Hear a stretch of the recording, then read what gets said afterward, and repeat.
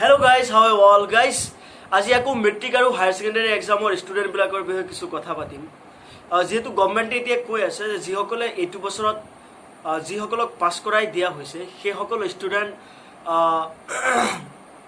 TET পৰীক্ষা দিব নোৱাৰিব বা সিহঁতে চাকৰিৰ বাবে এপ্লাই কৰিব নোৱাৰে। এতিয়া আকৌ গভৰ্নমেন্টে কৈ আছে যে জাস্ট টেট পৰীক্ষাটোহে দিব নোৱাৰিব। What does it mein?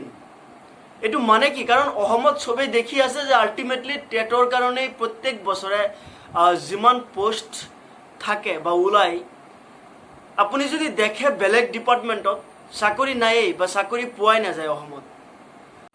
So ultimately maximum সংখ্যক পোষ্ট টেটৰ কাৰণে থাকে বা টেট দিয়া সকলেহে পায়। এতিয়া মেইন কথাটোলৈ আহোঁ গাইজ, এইবিলাক যে হৈ আছে কিয় হৈ আছে?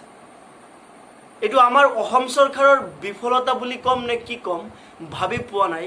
কাৰণ এতিয়া প্ৰশ্ন আহে, সবৰ মনত প্ৰশ্ন উঠে যে ফেব্ৰুৱাৰী মাহত এক্সামটো কিয় পতা হোৱা নাছিল? তাৰ কাৰণ এইটো নেকি যে ইলেকশ্যনৰ যি 126 গৰাকী বিধায়ক, সেই বিধায়কসকলৰ নিযুক্তি কৰি অনাটো এই 5 লাখ ষ্টুডেণ্টতকৈ বেছি গুৰুত্বপূৰ্ণ আছিল নেকি?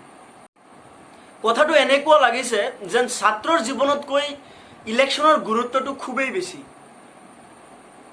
যেটো অসম চৰকাৰে কৰিলে অলৰেডি, আৰু যাৰ ফলত আজি ষ্টুডেণ্টবিলাকে হতাশাত ভুগি আছে, ষ্ট্ৰেছত ভুগি আছে, অনিশ্চয়তাত ভুগি আছে। কাৰণ যেতিয়া ষ্টুডেণ্টবিলাকে শুনা পাইছিলে যে পাছ কৰাই দিয়া হ'ব, তেতিয়া সিহঁত এটা ষ্ট্ৰেছৰ পৰা মুক্ত হৈছিলে ফৰ এ চাৰ্টেন টাইম। এতিয়া আকৌ যেতিয়া এইবিলাক কথা ওলাই আছে যে সিহঁত চাকৰিৰ বাবে আবেদন কৰিব নোৱাৰিব, টেটৰ কাৰণে আবেদন কৰিব নোৱাৰিব, চ' এইবিলাক কথা আকৌ সিহঁতক কিছুমান অনিশাৰ মাজত ভুগাই আছে ষ্টুডেণ্টবিলাকক। চ' এইবিলাক সিদ্ধান্ত কিয় আহি আছে, যিবিলাক অযুক্তিকৰ সিদ্ধান্ত?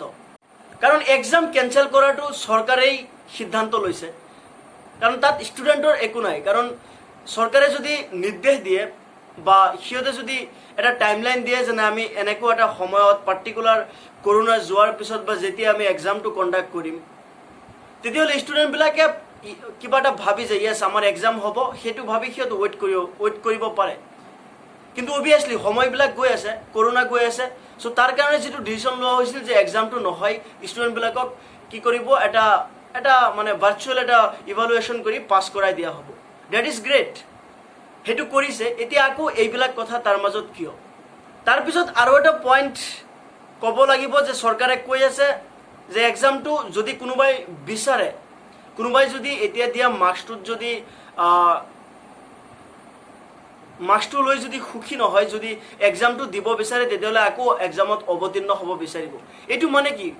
যদি কোনোবাই এতিয়া হায়াৰ ছেকেণ্ডাৰীত বা হায়াৰ ছেকেণ্ডাৰীৰ পিছত কোনোবাই হায়াৰ এডুকেশ্যনৰ কাৰণে হায়াৰ ছেকেণ্ডাৰী ষ্টুডেণ্টবিলাক যদি পঢ়িবলৈ গুচি যায় বা মেট্ৰিক পাছ কৰাবিলাকে যেতিয়া ফাৰ্ষ্ট ইয়েৰত এডমিশ্যন ল'ব, 2-3 মাহ যোৱাৰ পিছত সিহঁতে ফাৰ্ষ্ট ইয়েৰৰখিনি পঢ়িব নে আকৌ আহি সেই মেট্ৰিকৰখিনি আকৌ পঢ়ি এক্সামটো দিব?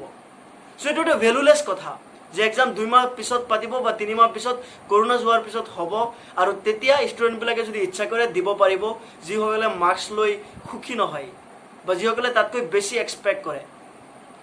চ' এই সকলোবিলাক একোটা মানে কি ক'ম, এইবিলাকত দুৰ্নীতি সোমাই আছে, আৰু এইবিলাক দুৰ্নীতি মুক্ত হ'ব লাগে।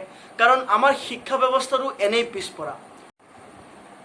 আজি ষ্টুডেণ্টবিলাক আমাৰ নৰ্থ ইণ্ডিয়াৰ পৰা গৈ বাহিৰত পঢ়িব লগা হয়। জানেনে তাৰ কাৰণটো কি?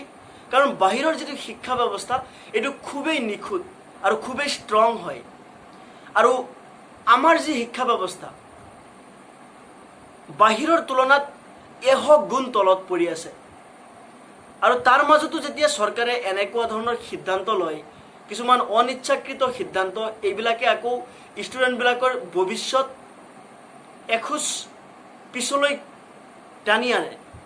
তো গাইজ, মই ভিডিঅ'টিৰ জৰিয়তে আহ্বান জনাব বিচাৰোঁ যে চৰকাৰে সঠিক সিদ্ধান্ত লওক, এটলিষ্ট ছাত্ৰ ছাত্ৰীৰ জীৱনক গুৰুত্ব দিয়ক, আৰু মোৰ কথাবিলাক যদি আপোনালোকৰ যুক্তিসংগত লাগে তেতিয়াহ'লে ভিডিঅ'টো শ্বেয়াৰ কৰক, যিমান পাৰে শ্বেয়াৰ কৰি থাকক।